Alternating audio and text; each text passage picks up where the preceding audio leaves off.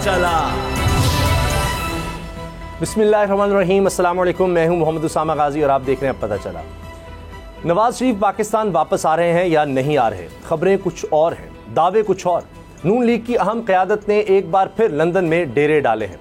शहबाज शरीफ की लंदन से लाहौर और लाहौर से लंदन आनियाँ जानियाँ अनकही कहानियाँ सुना रही हैं। खबरें हैं कि शहबाज शरीफ ने गुजरांवाला में किसी अहम शख्सियत से मुलाकात की और इसी अहम मुलाकात में मिलने वाले अहम पैगाम की वजह से इन्हें दोबारा लंदन भागना पड़ा। लेकिन शहबाज शरीफ का दावा यह है कि वो गुजरांवाला गए ही नहीं, इसलिए मुलाकात का भी सवाल ही पैदा नहीं होता। सवाल तो मरीम नवाज के अचानक लंदन जाने पर भी उठ रहे हैं। इस रवानगी को लेकर अंदाजे लगाए जा रहे हैं कि नून लीग की गेम बिगड़ गई है। इस बिगड़ी गेम के ताने बाने कुछ लोग मियां नवाज शरीफ के सख्त एहतसाब वाले बयान से कि इस बयान ने नून लीग की डील खराब कर दी। ये डील क्या थी, किससे हुई और बदले में नून लीग ने क्या फायदा हासिल किया, ये राज किसी और ने नहीं, खुद नून लीग के अहम रहनुमा राना सनाउल्लाह ने खोला है, और वो भी मीडिया पर। क्या कहते हैं जरा राना साहब के मुंह से ही सुन लेते हैं। राना सनाउल्लाह का बयान भी दरअसल एक इल्जाम है, इसीलिए तो पीपल्स पार्टी नून लीग से लेवल प्लेइंग फील्ड का मुतालबा कर रही है। लेकिन अब सबसे अहम सवाल यह है कि क्या नून लीग की ये डील अब भी बाकी है या फिर नवाज शरीफ के बयान ने इसका किस्सा भी तमाम कर दिया। इसीलिए अब इन्हें खतरा महसूस हो रहा है, जिसका इजहार लीगी क़यादत खुद कर रही है। बैरिस्टर ज़फ़रुल्लाह खान क्या कहते हैं जरा वो भी सुनिए।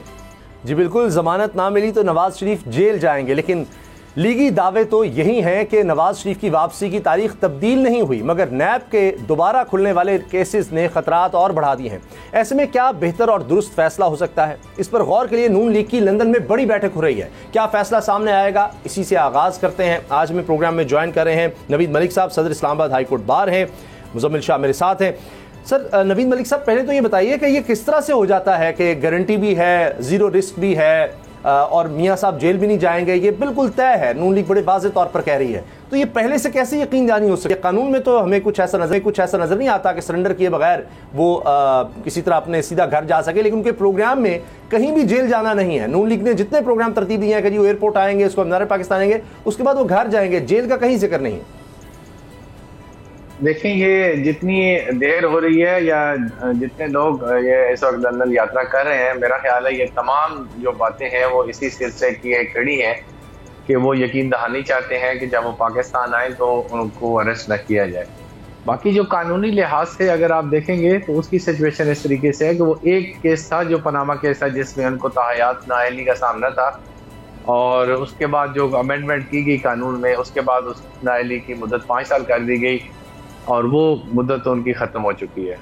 उसके अलावा जितने केसेस हैं जिनमें इनको सज़ा हो चुकी है या जो केस ज़ेर समात हैं, उनमें इनको ये कानूनी तौर पे भी रेमेडी हासिल है। एटलीस्ट बाद में कोर्ट्स देखेंगे कि जब वो पाकिस्तान में आते हैं तो वो इनिशियली प्रोटेक्टिव बेल या ट्रांजिट बेल लेके फ़र्ज़ करें अगर वो मुकदमा इस्लामाबाद में है और वो लाहौर लैंड करते हैं तो लाहौर से वो ट्रांजिट बेल ले सकते हैं कि मैं अपने मुकदमे का सामना करने को तैयार हूँ और मैं इस्लामाबाद कोर्ट में जाना चाहता हूँ, और मीनवाइल मुझे अरेस्ट न किया जाए, और फिर जब इस्लामाबाद कोर्ट में आके यहाँ पे पेश हो जाए, सरेंडर करें अदालत के। सरेंडर करने का मतलब ये नहीं होता कि आपने गिरफ्तारी देनी है। सरेंडर करने का मतलब ये होता है कि आप अदालत के सामने पेश हो जाएं, अपने आप को पेश कर दें और फिर अदालत में अपने केस को आर्गू करें, और फिर उसके बाद अदालत ये देखे कि क्या ऐसा मवाद है जिसके तहत आपको जमानत दी जा सकती है या नहीं दी जा सकती। नवीद साहब, इसमें एक बात जरा समझाइएगा कि एक शख्स जेल में है, कन्विक्टेड है, तो वो भी इसी तरह हिफाजती जमानत यानी जेल से निकल कर बाहर गया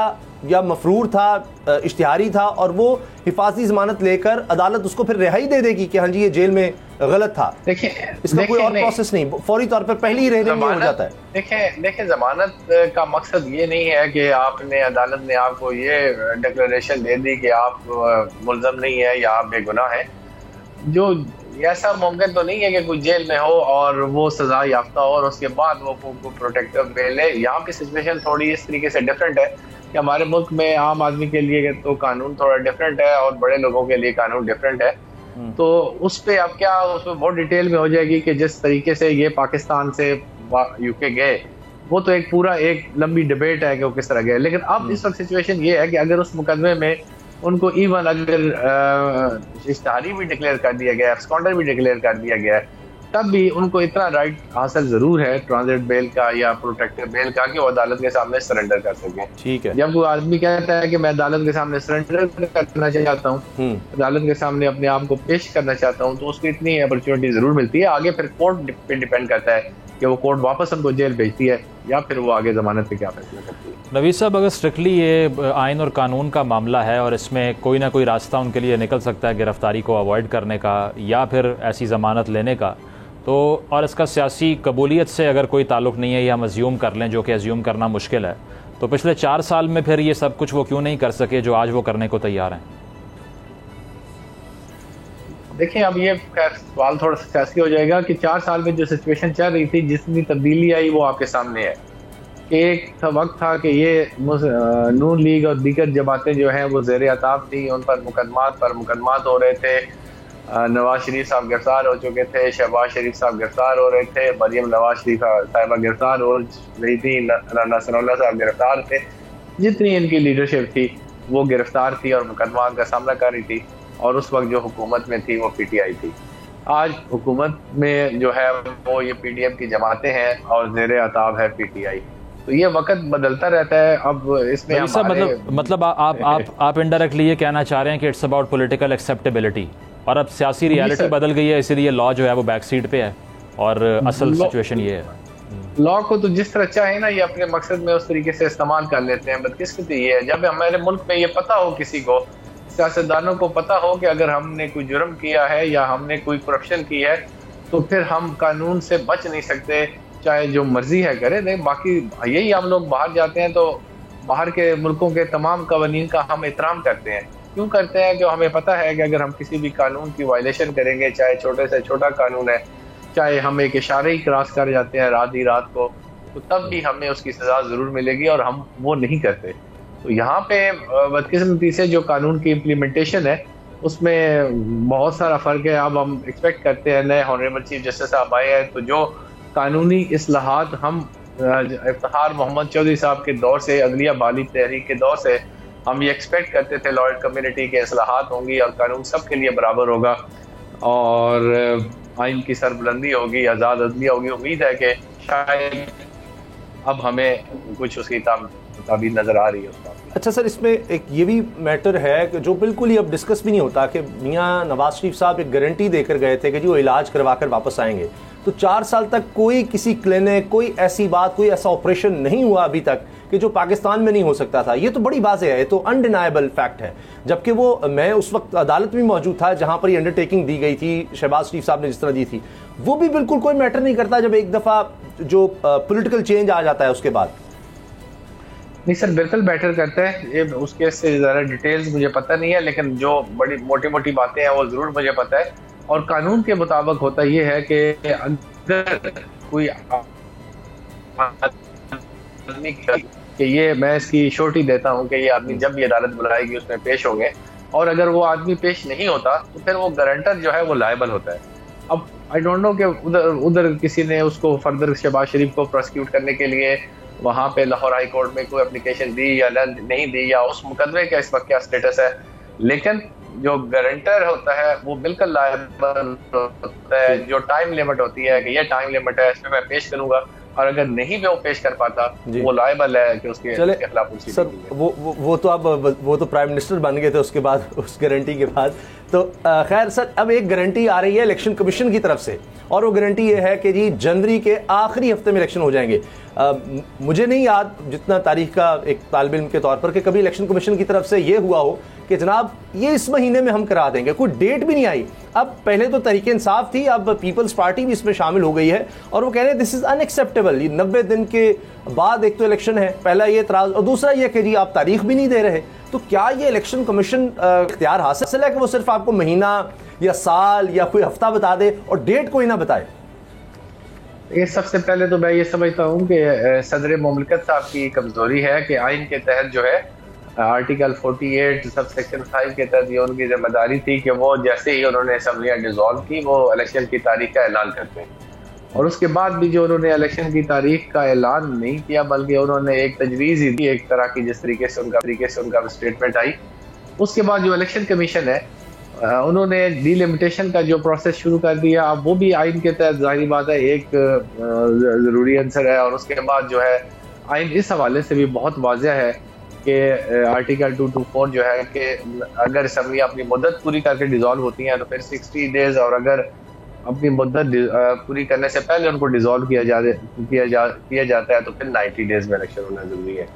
अब ये चूंकि मुद्दत पूरी होने से पहले इनको डिज़ोल्व किया गया तो 90 डेज़ में इलेक्शन करवाना आइन के तहत इन पे लाजम था, लेकिन वो भी नहीं हो रही। और जो अभी एक प्रेस रिलीज आई है, मैं ये नहीं समझता हूँ कि इलेक्शन कमीशन का बाज़ाब्ता वो कोई बयान है या इस तरह की कोई स्टेटमेंट है। एक प्रेस रिलीज है कि जो इस पर उन्होंने कहा कि 27 नवंबर को इब्तदाई जो लिस्ट है वो लगाई जाएगी और आगे फिर 30 नवंबर को हतमी जो है, और कानून आइन के मुताबिक भी और इलेक्शन एक्ट के मुताबिक भी जब वो इब्तदाई फहरिस्तें लगाते हैं उसके बाद उनको 4 माह दरकार होते हैं उस प्रोसेस को मुकम्मल करने के लिए। तो मेरा ख्याल है वो जाके तारीख बनती है, अगर 27 नवंबर को ये इब्तदाई लगाएंगे तो 27 जनवरी। तो इसी वजह से शायद इलेक्शन कमीशन ने कहा है कि जनवरी के लास्ट वीक में जो है वो इलेक्शन करवाए जाएंगे। नवीद साहब, अक्सर पाकिस्तान की तारीख में भी ये होता रहा है कि इलेक्शन के बाद इंस्टेबिलिटी मज़ीद बढ़ जाती है, इस नौयत के इंतखाबात होते हैं।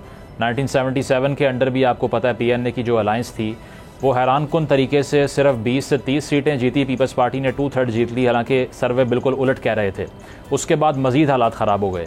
तो आपको लगता है कि इलेक्शन कमीशन के ऊपर जो इतनी बड़ी जिम्मेदारी है कि एक तो सिर्फ इलेक्शन करवाना नहीं है, वैसे तो वो उसको भी क्लैरिफाई नहीं कर रहे कब होना है, करवाना कैसे है, that is also a burning question. तो उसको डील करने के लिए क्या ये इलेक्शन कमीशन ये इम्पार्शियलिटी से एक्ट कर सकता है जो इतना कॉन्ट्रोवर्शियल है पहले ही? देखिए, इस वक्त मैं ये समझता हूँ कि पाकिस्तान की तारीख में मुल्क जो है वो नाजुक तरीन मराहिल से गुजर रहा है, और ये जो इलेक्शन होने जा रहे हैं इनका इस मुल्क के हवाले से, इसके मुस्तकबल के हवाले से ये बहुत ज़्यादा अहम है। अगर इस वक्त इन इलेक्शंस पे अगर सवालिया निशान उठा और अगर इन इलेक्शंस को सियासी जमातों ने कबूल करने से इनकार किया और दोबारा वो उस तरीके से जो है मुल्क में अफरा तफरी और बेचैनी शुरू हुई तो फिर हमारा मुल्क जो है वो संभल नहीं सकेगा।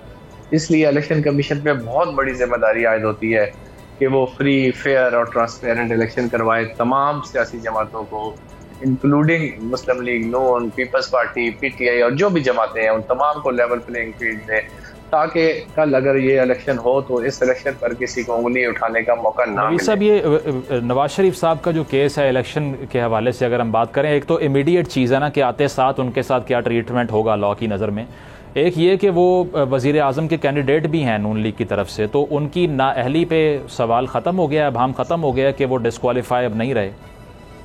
देखिए, वो जो थी नाअहली, जैसे मैंने शुरू में ये बात की कि पनामा केस में उनकी जो नाअहली की गई थी वो ताहयात नाअहली थी, और उसके बाद जब अमेंडमेंट कर दी गई कानून में और उसमें ये कहा गया कि मैक्सिमम 5 साल की नाअहली हो सकती है, उससे ज़्यादा नहीं हो सकती, और उसके बाद 5 साल तो इनके पूरे हो गए, वो तो खतरा इनके सर से जो है वो टल चुका है। ऑफ कोर्स ये गवर्नमेंट में थे, अपने जो चीज़ें इनको सूट करती थी उसके मुताबिक जो है वो अमेंडमेंट उन्होंने उस कानून में कर ली। अब सवाल यही है कि जो मुकदमात अदालतों में ज़ेर समाअत हैं, जिनमें ये कन्विक्टेड है या जिनमें अपीलें चल रही हैं, उनमें आगे क्या ट्रीटमेंट होती है, अदालतें क्या अपना देखती हैं कि क्या फैसला करती हैं इस हवाले से, ये अब देखने वाली बात है कि वो आके उन मुकदमात को किस तरीके से डील करते हैं। अच्छा नवीद साहब, जो मुजम्मिल ने सवाल किया बड़ा अहम था, जिसमें आपने कहा कि अब माहौल नहीं है कि आप कोई रिग्ड इलेक्शंस करवाएं, लेकिन सर हम ये हालिया तारीख देखते हैं, फिर 90 की दिहाई IGI से लेकर वो सब के एक दफ़ा इलेक्शन हो जाएगी आम बात है, तो फिर कोई नहीं पूछता। स्टे पर 5-5 साल लोग वजीर भी रह लेते हैं और उसके बाद अगला इलेक्शन आ जाता है। 2013 में हमने देखा पीपल्स पार्टी को इतराज़ रहा, आरओज़ का इलेक्शन कहा। 2018 में नून लीग ज़ेर-ए-ताब थी, पीपल्स पार्टी का भी मसला था इस वजह से कि वो यूसुफ रज़ा गिलानी ने एक इंप्रेशन बन जाता है कि जिसका इतनी हवा बन चुकी है, तो उस वक्त नज़र आ रहा था कि पीपल्स पार्टी और नून लीग के लिए मुश्किल है। 2013 में नज़र आ रहा था पीपल्स पार्टी के लिए, अवामी नेशनल पार्टी के लिए बहुत ज़्यादा मुश्किल है, जिस तरह उनके लोग बाकायदा दहशतगर्दी में टारगेट हो रहे थे। अब भी हम देख रहे हैं, चाहे फजलुर रहमान साहब हैं, वो कहते हैं हम तो कैंपेन ही नहीं कर सकते, खैबर पख्तूनख्वा में उनके लोग टारगेट हो रहे हैं, तहरीक इंसाफ का आप हाल देख ही रहे हैं। तो अब क्या फ़र्क पड़ जाएगा 2018 या 13 या उससे पहले, तो अब 2023 बल्कि 2024 में भी इलेक्शन करवा लेंगे, फिर कौन पूछने वाला है? क्या ये सोच जो पाई जा रही है बाज़ जगहों पर, आप क्यों इसको ख़तरनाक समझते हैं अब ऐसे माहौल में? देखें, ये सोच बहुत ख़तरनाक है, क्योंकि जिस मुल्क में आइन और कानून की कोई अहमियत नहीं रहेगी वो फिर मुल्क चल नहीं सकता। इस हवाले से समझता हूँ छोटा हूँ, लेकिन आप देखें कि जब से ये पाकिस्तान बना है, हम इस वक्त ये महसूस कर सकते हैं कि उस वक्त से लेके अब तक हर इलेक्शन में कहानी वही होती है, किरदार बदल जाते हैं। एक तरह की ही सिस्टम चल रहा है, एक तरह से ही जो है वो चीजें चल रही हैं। अब कई चीजें मैं वो नहीं कहता हूँ, ये ना हो फिर बाद में आपको इसको डिलीट करना पड़े। लेकिन सर अब आपको क्यों लगता है अब नहीं चल सकता? जब ये फार्मूला हर दफा चला है पाकिस्तान में तो अब क्यों नहीं चल सकता? लेकिन ये सर देखिए ऐसा क्या हो गया 2024 में, ऐसा क्या हो जाएगा नहीं चलेगा ऐसा फार्मूला? देखें एक वक्त आता है कि एक चीज का एंड आ जाता है। अब अवाम भी पाकिस्तान की, मैं ये समझता हूँ कि वो बिल्कुल उस लेवल पे आ चुकी है जिसके बाद वो एक बिल्कुल एक जैसे आतिश फशा फट जाता है, उस तरीके उस स्टेज पे हम पहुंच चुके हैं। अब मुझे ये बताएं कि जब अवाम, ये इदारे हमारे हैं, मैं ये कहता हूँ फौज हमारी है, हमें उससे मोहब्बत है, बाकी इदारे हमारे हैं, अगर जिस वक्त हमारी अवाम जो है वो अपने चौक चौराहों में इदारों को या गवर्नमेंट को या सियासतदानों को या सबको बुरा भला कहना शुरू कर दें, या इलेक्शन कमीशन को, तमाम आईने इलेक्शन कमीशन को, सबको, तो फिर आप मुझे बताएं कि फिर वो कहाँ पे मुल्क स्टैंड करेगा? इस वक्त आपने थोड़ी सी वो देखी कि इलेक्शन कमीशन ने एक प्रेस रिलीज जारी की तो आप देखें स्टॉक एक्सचेंज में तब्दीली बहुत तेजी आई, डॉलर जो है वो नीचे आया, रुपया जो है मुस्तहकम हुआ। इस मुल्क में सियासी इस्तेकाम या माशी इस्तेकाम उसी वक्त आ सकते हैं सर जब इस मुल्क में फ्री, फेयर और ट्रांसपेरेंट इलेक्शन हो और मुल्क की क़यादत जो है वो बिल्कुल जो हकीकी नुमाइंदे हैं उनके सपोर्ट की जाए। नवीद साहब, इसके अलावा एक पैरेलल चीज़ भी ये चल रही है कि जितना करीब इंतखाब आ रहा है उतना ही नैब का एहतसाब बढ़ता जा रहा है और गाड़ियाँ भर के वो रोज़ डॉक्यूमेंट्स लेकर आ रहे हैं। नैब के अंदर भी कुछ तब्दीलियाँ हो रही हैं जो शायद आपके भी इल्म में हो। तो ये किस नौयत का प्लान है इलेक्शन का कि जिस तरह से हम देख रहे हैं कैंडिडेट्स के वापस आने की बात हो रही है, नवाज शरीफ साहब मैदान में होंगे, उधर से रेफरेंस भी फाइल हो रहे हैं, दोबारा से केसेस रीओपन भी हो रहे हैं, तो नैब क्या नेसेसरी ईवल है? इसका कुछ नहीं हो सकता? या फिर इलेक्शन के दौरान भी हमें दिखाई देगा कि पकड़ दकड़ कार्रवाइयाँ जारी रहेंगी, बाद में उम्मीदवारान कहेंगे कि हमें तो ओपन फील्ड नहीं मिला, हमें कैंपेन नहीं करने दी गई और मज़ीद कंट्रोवर्सी बढ़ जाएगी?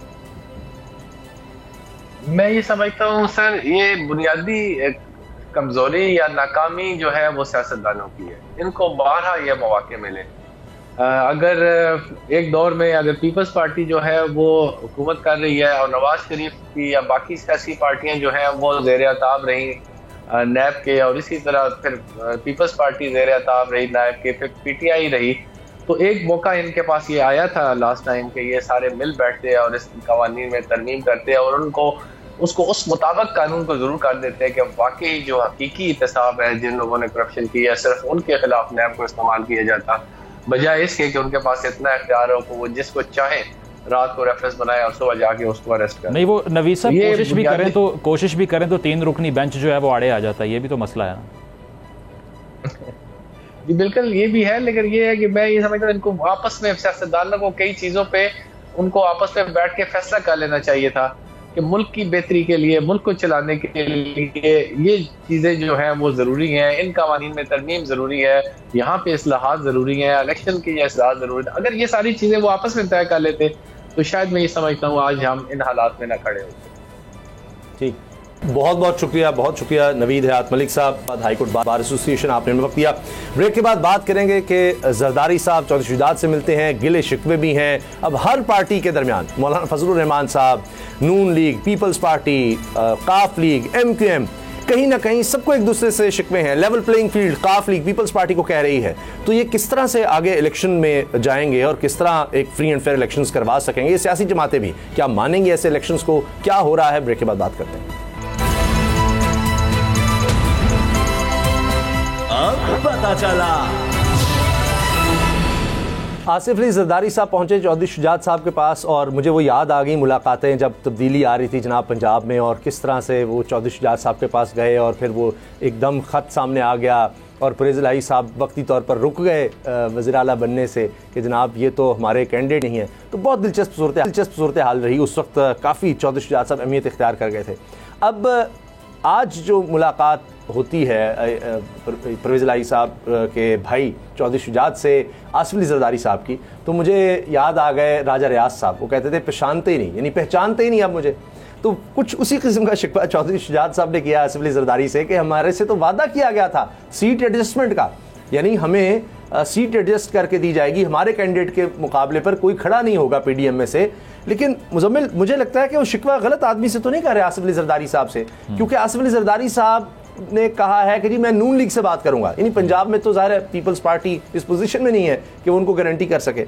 जो है वो कह रहे हैं जी हमने तो किसी को लेना नहीं। हाँ, वो एक्सेप्शन है, राजा रियाज साहब एक्सेप्शन है, मगर बाकी अब वो कह रहे हैं जी हम किसी को नहीं लेंगे। तो ये तो चौधरी शुजात साहब अब शिकवा किसी गलत आदमी से कर रहे हैं। आसिफ अली जरदारी साहब को तो अपने मसाइल पड़े हुए हैं पीपल्स पार्टी के, वहाँ तो अलग, वो भुट्टो साहब मर गए जी, वो तो जिंदा ही नहीं है, वहाँ तो एक अलग मसला बना हुआ है। नहीं, बिल्कुल सही कहा, मिसप्लेस्ड किस्म का शिकवा किया है चौधरी साहब ने जरदारी साहब से। उसकी वजह यह है कि पीपल्स पार्टी वो जमात है जो खुद इस वक्त गिले शिकवे कर रही है, जो खुद इलेक्शन कमीशन को कह रही है कि आपने तारीख का ऐलान नहीं किया, हफ्ते का कर दिया, इसका मतलब क्या है, आपने क्लैरिफाई नहीं किया, हमें डाउट है इलेक्शन होंगे नहीं होंगे। जो खुद ये कह रही है कि क्यों सिर्फ एक जमात को ये इल्म था कि इलेक्शन फरवरी में होने हैं और किसी को इल्म नहीं था। जो खुद ये कह रहे हैं कि क्यों जो तमाम इलेक्टेबल्स हैं वो सिर्फ एक पार्टी की तरफ जा रहे हैं, हमारी तरफ नहीं आ रहे। तो उनसे अगर चौधरी साहब ये शिकवा कर रहे हैं कि हमारे साथ सीट एडजस्टमेंट करवा दें, नून लीग को मनाएं, नून लीग को मना वादा खिलाफी ना करें। हाँ, तो वो पीपल्स पार्टी की नहीं मान रही, तो वो पीपल्स पार्टी की सिफारिश काफ लीग की जब होगी तो वो उसको मान लेगी क्या? ऐसा तो पॉसिबल नहीं है। वो और बात है कि खुर्शीद शाह साहब कहते हैं कि जरदारी साहब की सोच मुख्तलिफ है पीपल्स पार्टी के अंदर। वो ये चाहते हैं कि नून लीग से अब भी बात की जाए और मुज़ाकरात से मामलात आगे बढ़ें, कन्फ्रंटेशन का माहौल ना बढ़े। और साथ साथ ये कि बिलावल साहब भी ये बात करते रहे हैं कि मेरे हाथ खोल दीजिए, और वो इसीलिए ये बात कर रहे हैं कि जरदारी साहब ने उनको अपेरेंटली रोक रखा है कि आप मीडिया पे आके ट्रायल मत कीजिए, बयानबाजियाँ ना करें। तो अगर उसको मद्देनज़र रखें तो जरदारी साहब जो है वो मफाहमत की पॉलिसी, जो कहते हैं ना कि एक जरदारी सबसे यारी वाली पॉलिसी है, वो अब भी चलाना चाह रहे हैं। वो और बात है कि रिस्पॉन्स इतना मिल नहीं रहा, क्योंकि सारा फोकस जो है वो मियाँ नवाज़ शरीफ साहब की वापसी और वो किस तरह से इंतखाबात में दोबारा से हिस्सा लेने के अहल बनते हैं उस पर आ चुका है। तो ये अलाइंस जो काफ लीग और पीपल्स पार्टी की पंजाब की हद तक है, ये खासी इररेलेवेंट दिखाई दे रही है, क्योंकि आपको भी पता है, नाजरीन को भी पता है कि पंजाब में पॉलिटिकल स्टेक्स शुजात हुसैन साहब के या जरदारी साहब के दोनों के इतने नहीं हैं। यहाँ पर डायनामिक्स बिल्कुल मुख्तलिफ हैं और नवाज शरीफ साहब को भी सरप्राइज़ मिलेगा इंशाल्लाह जब वो वापस आएंगे। अच्छा, ये देख कर के ये 2017 का पाकिस्तान भी नहीं है, पंजाब भी नहीं है, लाहौर भी नहीं है। जिस लाहौर में आपने जनूबी पंजाब के अवाम का टैक्स सारा निकाल के लगा दिया, वो लाहौरी भी शायद आपको वोट देने पे इतने रजामंद दिखाई ना दें जब आप वापस आएंगे। इसीलिए ऐसे बयानात सुनने को मिल रहे हैं कि शादियों का सीज़न है, बड़ा इज्तिमा नहीं करते। अच्छा, ये जो आपने बात की कि आप वो नून लीग की तरफ देख रहे हैं जरदारी साहब भी, जबकि उनको पता है कि अगर आप नून लीग से मुफाहमत करेंगे तो उनकी बिल्कुल ही स्पेस नहीं बनेगी पीपल्स पार्टी की। कुछ तो अगर आपने करना है, कहीं तो मुखालफत किसी की करेंगे ना, तो आप क्या करेंगे? अगर आपने तहरीक इंसाफ की करनी है तो नून लीग पहले ही कर रही है, फिर वही वोट बैंक का मसला आएगा। लेकिन एक सवाल ये है कि चौधरी शुजात साहब देख रहे हैं नून लीग की तरफ सीट एडजस्टमेंट के लिए, आसिफ अली जरदारी साहब यारी की तरफ देख रहे हैं, मुफाहमत देख रहे हैं। आपने जिक्र कर दिया कि बिलावल कह रहे मेरे हाथ खोले, मगर नून लीग तो खुद कहीं और देख रही है। उनका तो अपना मसला बना हुआ है अभी तक डील का, वापस आना है नहीं आना, ओहो हो ये क्या बात कर दी, शहबाज शरीफ साहब वहां भाग रहे हैं। तो वो जिस तरफ देख रहे हैं, जिनका कह रहे हैं कि जनाब ये तो तय हो चुका है कि गवर्नमेंट उनके हवाले करनी है, उनके तो अपने मसाइल अभी तक तय नहीं हो रहे। बिल्कुल ऐसे ही है। और उनका आप देख लीजिए ना कि ये जो जेस्चर दिया गया है राजा रियाज साहब को शामिल करवा के और हर बात मान के, वो यही है। अब सिर्फ़ और सिर्फ शहबाज शरीफ एंड कंपनी के लिए मसला ये है कि नवाज शरीफ साहब को किस तरह से इस 3-4 महीने में मैनेज किया जाए कि ताकि सारा जो प्लान है, जो रोड मैप है, वो डीरेल ना हो जाए अचानक से। अदरवाइज़ जो होमवर्क था उस पर वो यकीन करते हैं किसी हद तक, लेकिन जो उनके वापसी की तारीख़ है वो उतनी ही ऑथेंटिक है जितनी इंतखाबात की तारीख़ है, और उसमें उतनी ही तब्दीलियाँ हो सकती हैं जो इंतखाबात की तारीख़ में हो सकती हैं, क्योंकि ज़राए ये बताते हैं कि जनवरी के आखिरी हफ्ते के अंदर या जो भी बात इलेक्शन कमीशन कर रहा है इससे भी आगे जा सकते हैं मामलात। क्योंकि अगर आप स्पेसिफाई नहीं कर रहे, अगर आप शेड्यूल का ऐलान नहीं कर रहे, अगर आप पहली बार जिस तरह से आपने भी पहले कहा कि मुल्क की तारीख में ये कह रहे हैं कि इस हफ्ते में हो सकते हैं, तो इसका मतलब ये है कि लैक ऑफ क्लैरिटी अब भी बरकरार है। आपको बता रहा हूं, खैबर पख्तूनख्वा के बहुत से इलाके ऐसे हैं जहां मुमकिन ही नहीं है कोई कैंपेन। इतनी बर्फबारी, वो बर्फ अभी वहां पर ढके होंगे बर्फ से, तो बड़ा आसान बहाना है कि जी यहाँ तो हो ही नहीं सकते इलेक्शन। बिल्कुल, ये भी है। इसके अलावा और जो है वो टेररिज्म के मामलात भी हैं। आपको पता है कि जिस तरह से अभी वहाँ पे शिद्दत पसंदी में इजाफा हुआ है रिसेंटली, वो भी बहुत बड़ा एक चैलेंज है। तो मसला पाकिस्तान का हमेशा फेडरेटिंग यूनिट्स का रहा है, क्योंकि पंजाब का जो डिस्पैरिटी है वो इतनी बड़ी है। ये काफ़ी अरसे से सियासतदानों ने बिलखसूस जनूबी पंजाब के अवाम को बेवकूफ़ बनाया है कि हर कोई वादा करता है, बिल्कुल हर कोई वादा सूबा बना देंगे, जो कि पहले था, बहावलपुर रियासत अलग थी, उस वक्त से वादा चला रहा है। जी, हर इलेक्शन से पहले एक महाज बन जाता है, पिछले इलेक्शन से पहले भी बना, और उसके बाद में कोई एक भी वादा वफा नहीं होता, क्योंकि हर कोई ये चाहता है कि मैं लाहौर बैठ के बादशाह की तरह पूरा पंजाब चलाऊं और मुझे इस इक़्तिदार को डिवाइड ना करना पड़े 2 के ऊपर।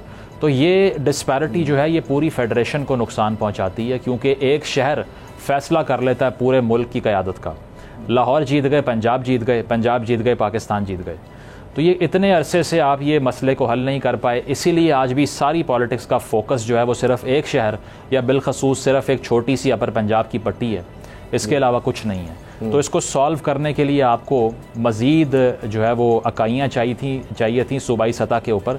भारत की मिसाल ले लें, इवन अमेरिका जैसे ममालिक की मिसाल ले लें, हमेशा इनकरेज किया है वहाँ पे नए फेडरेटिंग यूनिट्स को बनाने के लिए। यूएस से हैं, यूनाइटेड स्टेट्स ऑफ अमेरिका, वो तो स्टेट ही अलग। तो वहाँ पर एडमिनिस्ट्रेशन आसान होती है। अगर आप मज़ीद इक़्तिदार को ट्रिकल डाउन इफेक्ट के तहत ब्रेक अवे करते हैं तो उससे फ़ायदा होता है स्टेट को। लेकिन यहाँ पे हमेशा से सेंटर को मजबूत करने की बात की जाती है। 18वीं तरमीम आई तो उस पर भी पूरी तरह से अमल दरामद नहीं हो सका, और बहुत से ऐसे सियासतदान थे जिनका एजेंडा ये था कि इसको रोल बैक करना। तो अब भी बहस हो रही है कि जी ये सारे मसाइल इसी वजह से हैं कि वो ये 18वीं तरमीम। तो ये है कि सारी पॉलिटिक्स का जो न्यूक्लियस है, जो सेंटर है, वो अब भी सिर्फ पंजाब है और वहीं पे वहीं सियासत हो रही है। अब शहबाज शरीफ साहब कह चुके हैं 2018 में काबीना हमसे डिसाइड हो रही थी, लेकिन मैंने अपने बड़े भाई से बेवफाई नहीं की, जिसकी वजह से हमारी हुकूमत नहीं आई, ये वो बात कर चुके हैं। तो क्या इस दफ़ा वो मना लेंगे कि जनाब देखें पहले भी मैं प्राइम मिनिस्टर बन गया हूँ, अब शहबाज शरीफ साहब ने जितनी बारी लेनी थी लगता ही है कि वो ले ली। नवाज शरीफ साहब, मरियम साहबा का कैंप बड़ा वाज़ेह था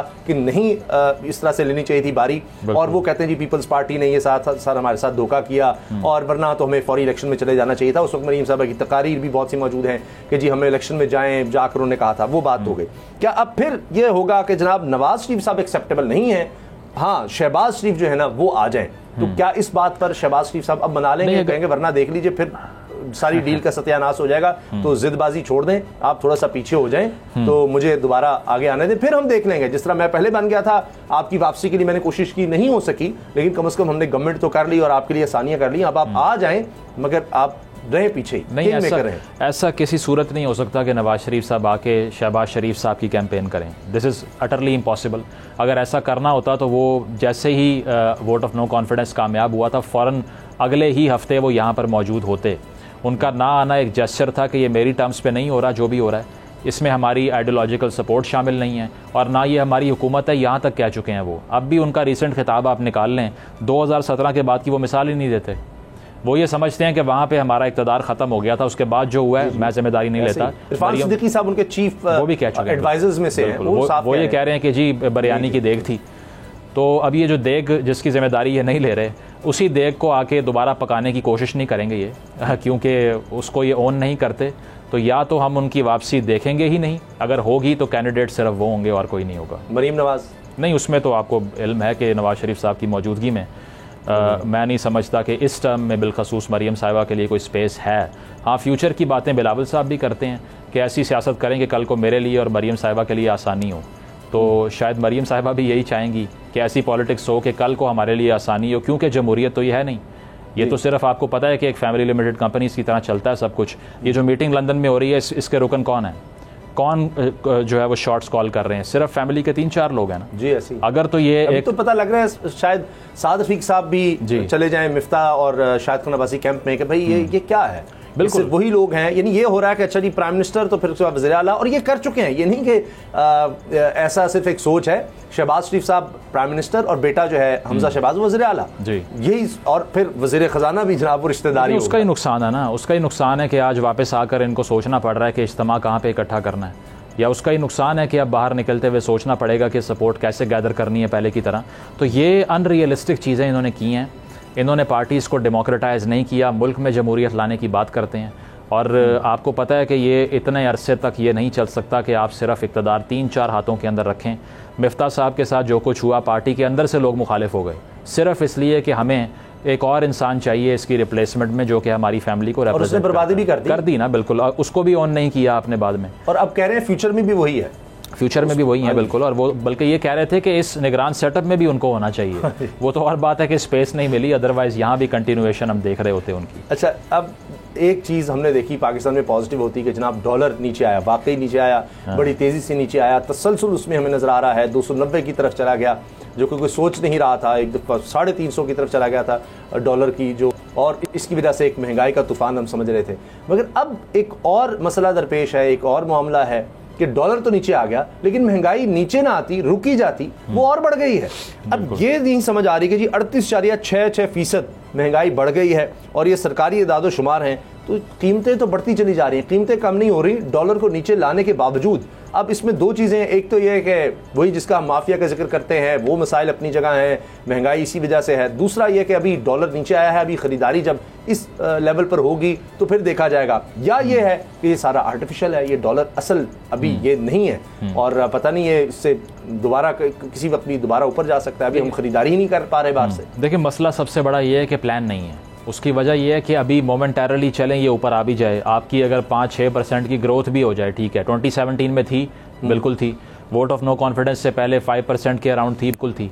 सस्टेनेबल नहीं है, ये मसला है। चीन की इकॉनमी को पिछले 40 साल से देख लीजिए, 6 से 7 से नीचे नहीं आई, क्योंकि उनके पास एक सस्टेनेबल इकोनॉमिक मॉडल मौजूद है, हमारे पास नहीं है। हम सिर्फ देखते हैं बाहर की तरफ, इनवर्ड लुकिंग पॉलिसीज बनाते नहीं हैं। अब ये तो बड़ी मिसाल है, भारत और बांग्लादेश को देख लीजिए, बिल्कुल, वो भी निस्बतन काफी सालों से 10-15 साल से एक अच्छी ट्रैजेक्टरी में जा रहे हैं। तकरीबन 25 से 26 अरब डॉलर के असासे रिजर्व्स इस वक्त बांग्लादेश के पास हैं, ठीक है। उनका 2.5% जो है ना, 1 रुपया जो हमारा है वो वहाँ के लिहाज से बहुत नीचे आ गया है। पहले हम ये मिसाल देते थे तंजन के 2% की नहीं है, 2% की बात जो हम करते थे, अब वो 2.5 रुपये का हो चुका है। तो ये हमारे लिए एक ह्यूमिलिएशन की चीज़ है। ऑब्वियसली सोचना पड़ेगा कि क्या गलतियाँ की हैं हमने। इसके अलावा हमें अब ये बताया जा रहा है कि बहुत ही आपने तीर मार भी लिया तो 2% से ऊपर आपकी GDP ग्रोथ नहीं हो सकती। 2% इज़ अ स्टैगरिंग फिगर।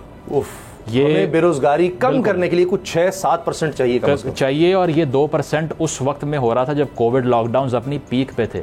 अभी कोविड लॉकडाउन्स को ख़त्म हुए भी 2 साल से ज़्यादा का अरसा बीत चुका है, उसके बावजूद इकॉनमी जो है वो स्टैग्नेटेड खड़ी हुई है, वो मूव नहीं कर रही, वो फ्रोज़न है। इसके अलावा जो इन्फ्लेशन की आपने बात की, पूरे खित्ते में सबसे ज़्यादा है। 36 ममालिक जो कि ईस्टर्न ब्लॉक के अंदर आते हैं, पाकिस्तान उनमें से 33rd नंबर पर वर्स्ट इकॉनमी है, विच मीन्स के आखिरी 3 से 4 बदतरीन इकॉनमीज़ में से एक है। तो इसको देखते हुए हमें ये सोचना है कि आया अब अगर हमने लॉन्ग टर्म प्लानिंग ना की, हम स्टेट्समैन ना बने, हमने सिर्फ 1 साल 6 महीने 3 महीने का सोचते रहे। और अभी भी MD IMF ने क्या कहा है रिसेंट स्टेटमेंट के अंदर, एक बात वो रिपीट करती जा रही है कि हम सिर्फ ये फरमा रहे हैं कि अशराफिया पे टैक्स लगा दे, सिर्फ उस तरफ नहीं आ रहे। हमें सिर्फ ये बताया जाता है कि बेसिकली हो ये रहा है कि IMF बहुत तगड़ी शराइत लगा रहा है, बहुत स्ट्रिक्ट जो है वो उन्होंने कहा कि हमें कोई रिलीफ वो बिजली पर नहीं देने दे रहा, exactly. हमें किसी तरह से वो पेट्रोल पर रिलीफ नहीं देने दे रहा, किसी तरह का कुछ नहीं, वो हम पाबंद हो गए हैं जी। वो इसलिए कि वो एलीट प्रिविलेज की जब बात आएगी वो आपने पाकिस्तान के अवाम को नहीं बताना, क्योंकि अगर वो बता दिया तो और उनको समझ आ गई कि हो क्या रहा है तो फिर वो आपकी बात तो नहीं। प्राइम मिनिस्टर ने ये कह दिया, एक तरफ उन्होंने कहा जी हम रिलीफ नहीं दे सकते किसी को भी, 200 यूनिट वालों को भी छोड़ दें आप, उनको भी कोई रिलीफ नहीं मिल सकता, यानी कोई कमी नहीं हो सकती। साथ ये भी कहा कि जो मुफ्त बिजली दी जा रही है वो भी हम नहीं वापस दे रहे जी। तो वो जो एलीट को, चले एक कोई अगर ऐसा कोई मुलाजिम है बेचारा, बड़ा ही गरीब मुलाजिम है, चले उसको समझ आती है, लेकिन यहाँ तो वो लोग जिनकी 10-10, 20-20 लाख तनख्वाह है महीने की, बिल्कुल उनको भी मुफ्त बिजली जा रही है, उनसे भी वापस जा रही है। 15-20 अरब रुपए का टीका लगता है पाकिस्तान के अवाम को हर साल, तो उसको रोल बैक करने का वाकई कोई प्लान नहीं है। और सारा फोकस जो है वो अभी मैं देख रहा हूँ डिप्लोमेसी के ऊपर हो रहा है। आपने भी देखा है जो निगरान वज़ीर आज़म साहब के बयानात आप सुन लीजिए। वैसे एक बड़ा और सा स्टेटमेंट भी कल उनका वो इसराइल वाला सामने आया कि Pakistan is China is Israel. तो हालांकि ये बड़ा एस्टॉनिशिंग इसलिए है कि पाकिस्तान का जो ऑफिशियल नैरेटिव है वो बड़ा इस पे क्लियर है जी। और 2 टोक है कि वो एक रोग स्टेट है और वो जो है वो एक टेररिस्ट का किरदार अदा करती है इंटरनेशनल कम्युनिटी के अंदर। उसके बाद आप एनालॉजी उन्हीं की इस्तेमाल कर लें तो इट इज़ क्वाइट क्वेश्चनेबल, बिल्कुल काफ़ी क्वेश्चनेबल है। इससे बुरा मवाजना नहीं हो सकता, बिल्कुल। और वो इनको किसने ये मशवरा दिया, क्या सोच कर उन्होंने बात कर, और ये पार्टनरशिप जो US और इसराइल की रही है इसको सारी मुस्लिम वर्ल्ड क्रिटिसाइज करती है जी। हम भी करते रहे हैं और लोग भी करते हैं, टर्की भी करता है कि ये एक दूसरे के जो स्टेट क्राइम्स होते हैं उसके ऊपर पर्दा भी डलता है, सब कुछ होता है। तो अगर आपने उसी की मिसाल यूज़ करनी है कि चीन का हमारा भी वही ताल्लुक है, तो ये कोई फ़ख्र की बात नहीं थी, लेकिन चलें कह सकते हैं कि इससे ये एग्ज़ाम्पल तो सेट हुई कि जिसका जो काम है उसी को करना चाहिए। ये साबित हो चुका है कल की इस गुफ्तगू के बाद। मगर ये बात आपने जब प्राइम मिनिस्टर की कही है, निगरान वज़ीर आज़म की, तो साथ एक बात अप्रिशिएट करें, उन्होंने कहा कि जी अब बिजली के बिल नहीं बढ़ेंगे।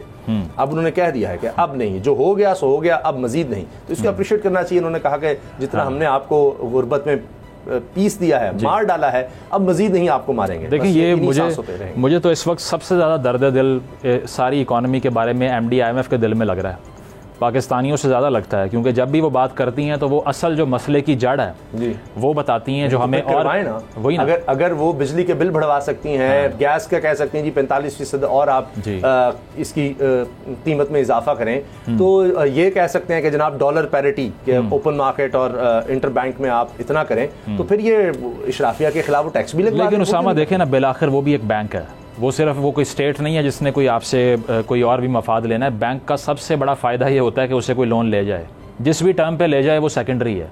हाँ, अगर ऐसे बयान दे रहे हैं वो, तो वो उसको ये डिनोट ज़रूर करते हैं कि हमारी नेगोशिएशन इसलिए कामयाब नहीं हो रही, डिले हो रहा है। बट उनका क्या इंटरेस्ट है? वो पाकिस्तानी पासपोर्ट तो नहीं है उनके पास, ना वो पाकिस्तान के शहरी हैं, ना इस महंगाई को उन्होंने बर्दाश्त करना है। एक रिकमेंडेशन देंगे, आपके लोग मानते हैं ठीक है, अदरवाइज़ जिस टर्म पे आप चाहते हैं ले कर्जा और जाएं, अगर आप वापस कर सकते हैं तो इसीलिए वो भी फोर्सफुली तो नहीं करवा सकते ये सारा कुछ, बिकॉज बीइंग अ बैंक सिर्फ इंटरेस्ट ये है कि हम लोन दें और उसको बाद में मैसिव इंटरेस्ट के ऊपर हमें वापस मिल जाएगा, हम पैसा कमाएंगे उससे। इसीलिए IMF के सर्कल से बाहर आना बहुत मुश्किल होता है। तो ये चीज़ है कि ये तो हमने सोचना था ना, जिस तरह से भारत ने सोचा 90s के अंदर कि अब ये चीज़ें नहीं चल सकती। 90s के बाद से खैरबाद का आज तक लोन नहीं लिया उन्होंने। तो ये हम अगर यही सोचते कि हमने ये जो CNG हमने गाड़ियों में डाल के फूंक दी, या हमने IPPs लगा दी यहाँ पे कि वो बंद भी पड़े हैं तो उनको पाकिस्तान के अवाम पैसे दे रहे हैं, और आकर आपके जो पावर डिस्ट्रीब्यूशन कंपनीज़ के रिप्रेजेंटेटिव्स हैं वो क्या बात कर रहे हैं कि अगर सोलर पैनल लगते रहे तो फिर वो पैसे कैसे वापस करेंगे हम। तो वो उस चीज़ को डिस्करेज कर रहे हैं जिसको पूरी दुनिया इनकरेज कर रही है। इस पॉइंट के ऊपर ग्रीन एनर्जी की तरफ दुनिया जा रही है, ज़ीरो कार्बन एमिशन की तरफ जा रही है जी, विंड एनर्जी की तरफ जा रही है, सोलर की तरफ जा रही है। तो हम जो है आवाम को ये बता रहे हैं कि तेल से बिजली खरीदें प्लीज़, क्योंकि उसके बगैर मुश्किल हो जाएगा। दावे तो अब भी बहुत अच्छे हैं। गौहर एजाज साहब हैं, वो भी निगरान वजीर हैं, वो कहते हैं जी $10 अरब में इजाफा करना है हमने टेक्सटाइल में। फिर वो कहते हैं कोई बिजली की कीमत, गैस के हवाले से भी हम कुछ सोच रहे हैं कैसे कोई रियायत दें। वो अब भी रियायत जो है एक्सपोर्ट सेक्टर के लिए मांग रहे हैं। दूसरा मैं पढ़ रहा था कि इस खदशे का इज़हार किया जा रहा है कि MD IMF के इस बयान के बाद कि जी इतना मुख्तसर सा बयान है उनका कि जी हमारा पैगाम ये है पाकिस्तान के लिए, पाकिस्तानी गवर्नमेंट के लिए, कि वो अमीर आदमी को टैक्स करें और गरीब आदमी को रिलीफ दें। ये उनके अल्फाज हैं। लेकिन कहीं टैक्स जो पहले ही तनख्वाहदार तबके पर है उस पर ना बढ़ा दिया जाए, ये सुनकर ये खौफ है।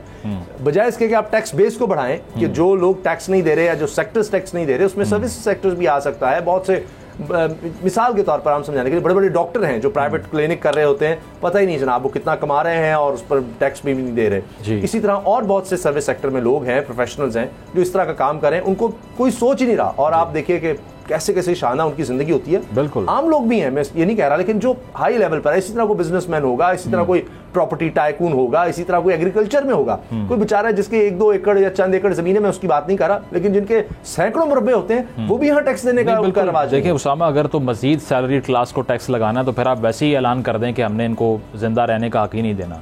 200% ज़्यादा टैक्स दे रहे हैं इम्पोर्टर्स से और कारोबारी हजरात से। अगर अब भी आपको टैक्स लगाने के लिए यही तबका मिलता है तो इसका मतलब यही है कि आप ये चाहते हैं कि यहाँ पे अनरेस्ट शुरू हो जाए और हर कोई आपके खिलाफ बाहर आ जाए। अगर इसको रोकना है, वो कहते हैं कि अगर सोशलिज्म को रोकना है तो फिर उसको कभी भी प्रोवोक मत करो, यानी कि ऐसे हालात पैदा मत करो कि वो जो है इस मुल्क के अंदर होना शुरू हो जाए जो कभी नहीं हुआ। तो उस हालात को रोकने के लिए आपको अपने तबके के ऊपर टैक्सेशन करनी पड़ेगी।